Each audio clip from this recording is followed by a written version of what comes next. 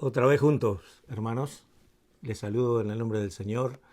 Estoy bien feliz esta tarde de traer parte de esta clase que va a continuar por otros periodos. Hoy nos va a tocar ver o cómo ver a Cristo en los profetas. Una cosa muy interesante y queremos cursar este tiempito con la ayuda del Señor. Oremos. Nuestro Padre, gracias por darnos esta oportunidad. Bendice a cada hogar, bendice a cada hermano. Encuéntrale, Señor, en esa necesidad que tienen y súplela para gloria tuya, Señor. Danos la gracia tuya para otra vez tener tu palabra abierta y explicándola. Queremos crecer, Señor. Queremos crecer porque tú lo mereces, porque tú has pagado el precio para que seamos mejores. Ayúdanos y esta es una buena oportunidad estudiando tu palabra. En el nombre de Cristo, gracias. Amén. ¿Hay algo más hermoso que seguir el reinado de los antiguos como David y Salomón? El caso de Saúl es un poco especial, ¿verdad? Pero David y Salomón son los que nos atrapan bastante. El hermano David, al cual le agradezco la clase pasada, mencionó muchas cosas en cuanto a Salomón. Salomón, por sus caprichos, por su forma de ser, de encarar el reinado, logró que el reinado a su vejez se dividiera. Después de esa división, hubieron 400 años que el pueblo de Israel luchó en la división de los reinos, en luchas con extranjeros, inclusive en esclavitud, en pueblos extraños. Ahí vemos nosotros el por qué Dios quería que Él fuese el rey, porque Él sabe todas las cosas. No nos olvidemos de esto, es un principio muy sabio. Cuando escogemos servir a otro Señor, los israelitas lo hicieron. Querían un rey como las naciones vecinas. Esto destronaba a Dios, lo ponía en un sitio muy lejos de sus vidas y recuerden, Samuel les dijo las consecuencias que iban a pasar. Ellos no hicieron caso, tomaron el reinado de Saúl y fue en deterioro. Ahora, luego que termina la vida de Salomón, el reino dividido comienza a tener otro significado. Vamos a ver cómo actuó el Señor, cuál era la voz de Dios. La voz de Dios pasó a ser por medio de los profetas.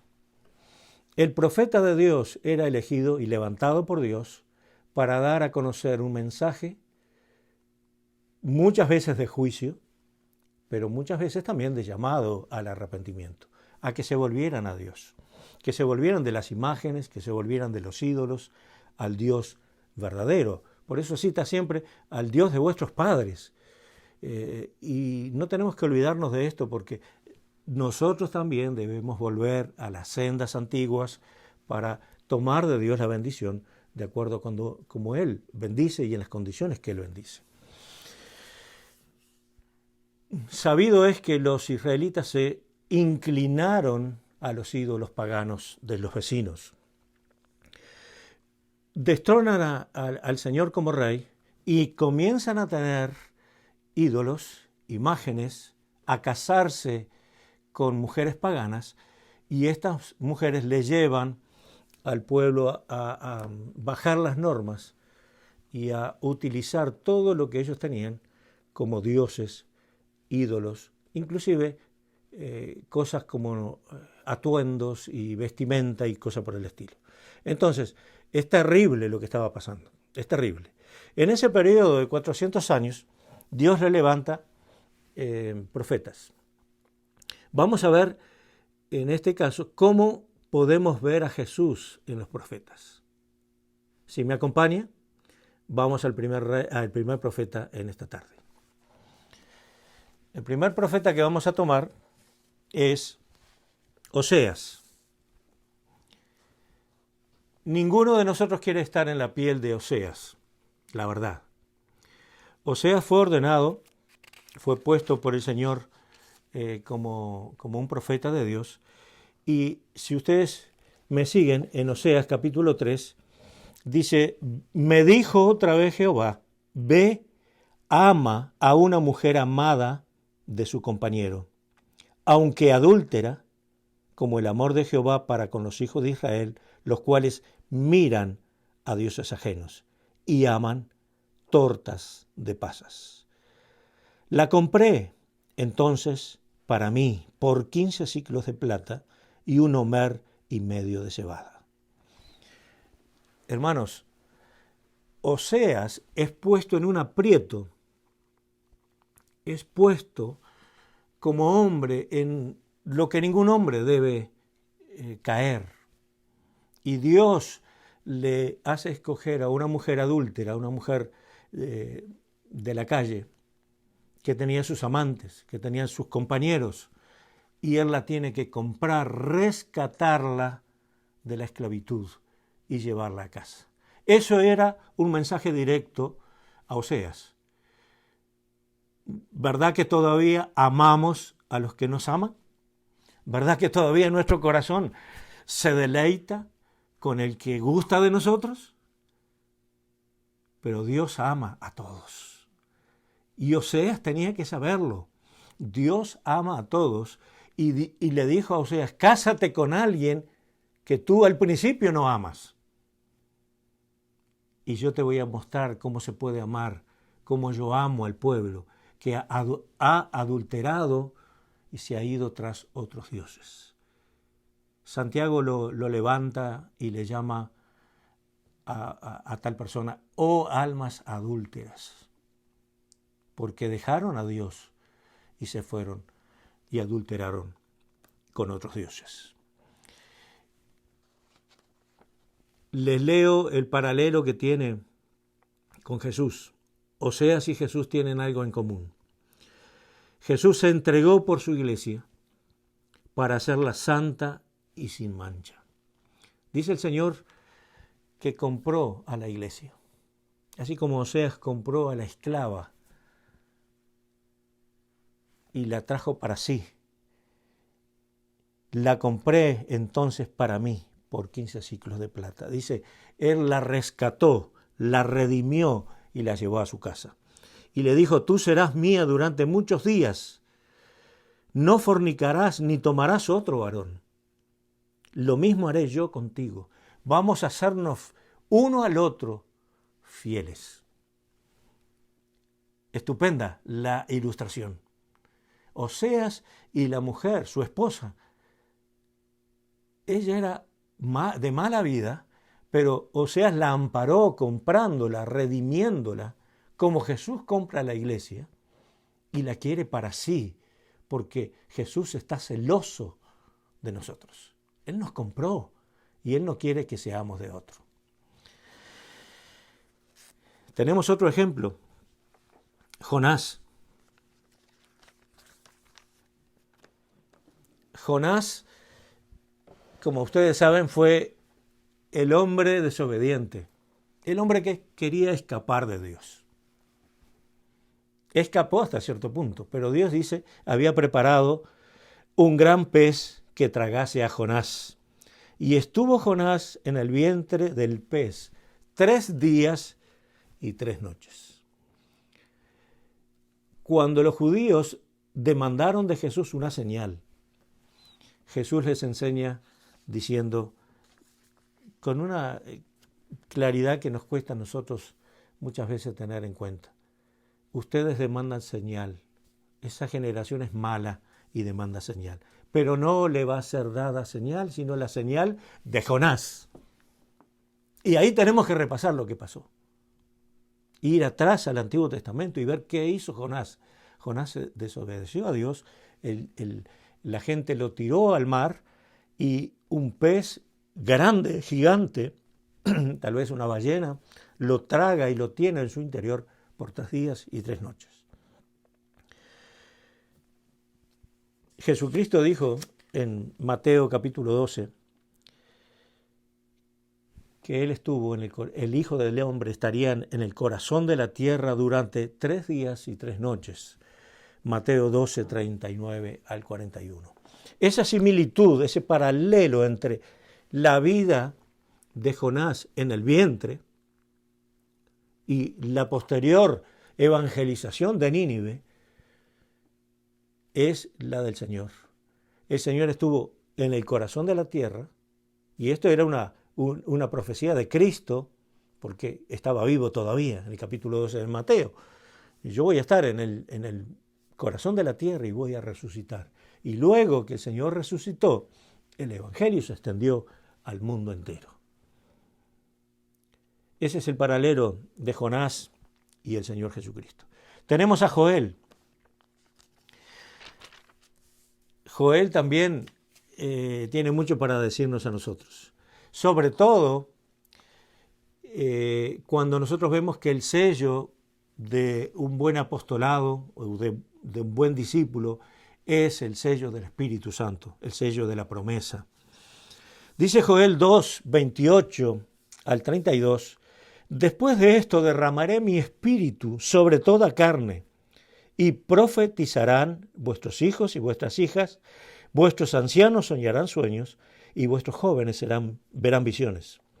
Y también sobre los siervos y sobre las siervas derramaré mi espíritu en aquellos días. El Señor es maravilloso y ha dejado una señal aquí en Joel capítulo 2 para que nosotros no nos desviemos de las profecías que se fueron cumpliendo temprano en la era cristiana. Temprano en la era cristiana. Cuando usted ve que esto se cumple, usted sabe que el Señor es verdadero, que el Señor ha dicho la verdad. En Hechos 2, por ejemplo, dice que vino, la promesa del Señor en Hechos 1:8 era que vendría sobre la población, sobre el cristiano, el poder del Espíritu Santo, para ser testigos. Bueno, esto es discutible para muchas religiones, para muchas denominaciones. Hermanos, no lea lo que no dice la Escritura. Dice que derramó el Espíritu Santo para que seamos testigos. La palabra testigo en el griego original es mártir, una persona que muere por una causa. No hagamos oídos sordos a la palabra del Señor. ¿Han oído la palabra mártir? Es la misma que testigo. Podemos llegar a ser muertos por el Evangelio, por seguir las reglas del Evangelio. Bueno, así es como lo dijo el Señor. Tendréis poder para ser testigos en Jerusalén, en Judea, en Samaria y hasta lo último de la tierra. O no llegó el Señor a El Salvador, o no llegó el Señor a Nicaragua, o a Honduras, y a mi pequeño país, Uruguay. ¿Y qué tal de los cubanos? ¿No llegaron ellos a conocer a Cristo? El Señor dio poder a la iglesia. El Espíritu Santo fue así. Y Joel tenía la profecía de antemano. Y eran tiempos de oscuridad, eran tiempos, 400 años de pura oscuridad. La gente, los israelitas, se iban a los dioses paganos. Dios los castigaba, levantaba luego profetas para que ellos recapacitaran, se arrepintieran y volvieran a Dios. Dios los tenía que llevar cautivos para que aprendieran la lección. Y ni así algunos de ellos aprendieron. Pero Joel ya estaba diciéndonos tiempo antes, derramaré mi espíritu sobre toda carne. La cumple el Señor y en la promesa de Cristo en Hechos capítulo 2. Hay una mención del derramamiento del Espíritu Santo, porque hay que hacer la diferencia. En Jerusalén fue derramado el Espíritu Santo sobre pocas personas. 120, por ahí. Eran todos judíos. No olvidemos esto.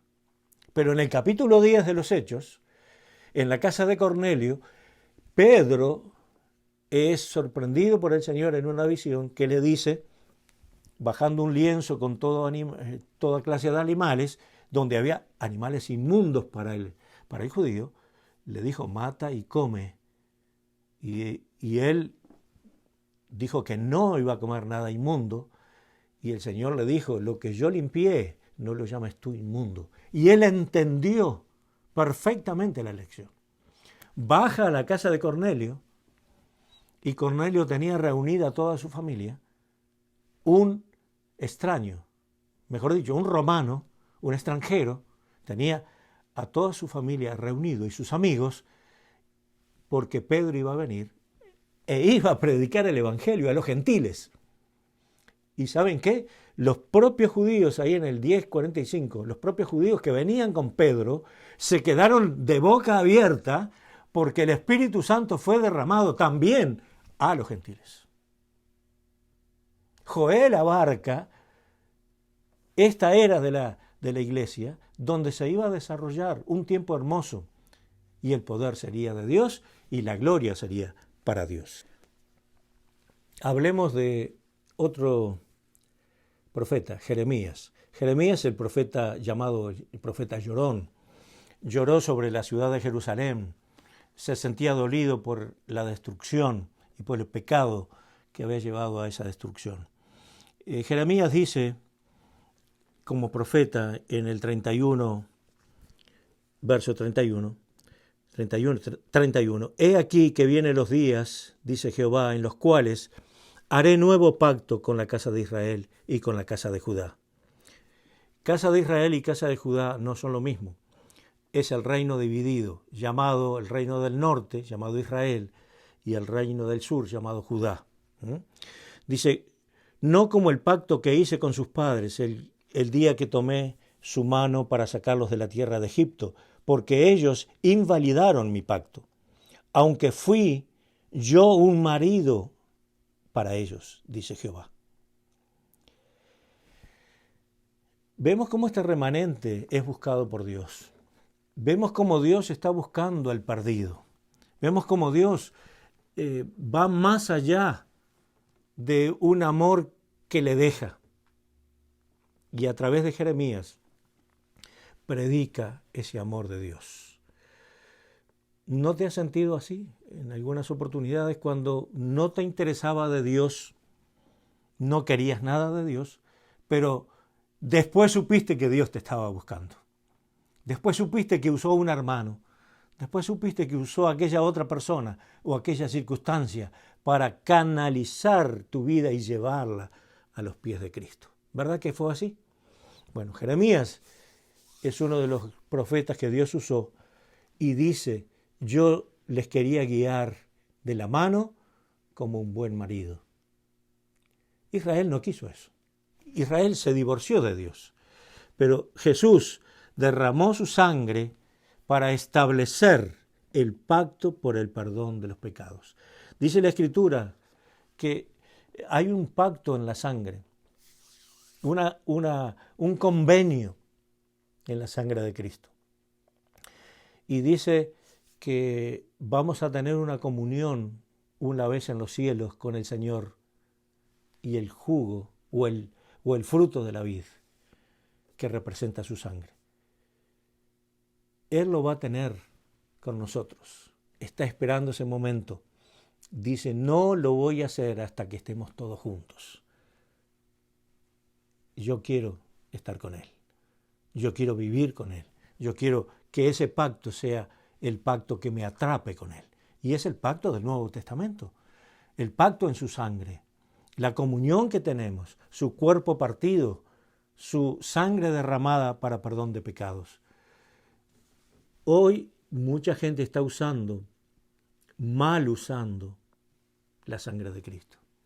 Dice que así como en Egipto fue pintado el dintel de las puertas y los parantes, así debemos hacer con la sangre de Cristo. No, hermano. La sangre de Cristo no se va a usar para nada más que para redimir nuestros pecados, para limpiar nuestra maldad. No nos cubre la sangre de Cristo nada. ¿Que los ángeles vienen a protegernos? Sí. ¿Que podemos ampararnos bajo sus alas. Sí, pero deje de usar la sangre, bendita sangre del Cordero derramada, el precio que pagó el Señor por nuestros pecados, para usar en cosas circunstanciales. Cristo vino a deshacer el pecado y lo hizo con su sangre. Pagó el precio y nunca más se repetirá.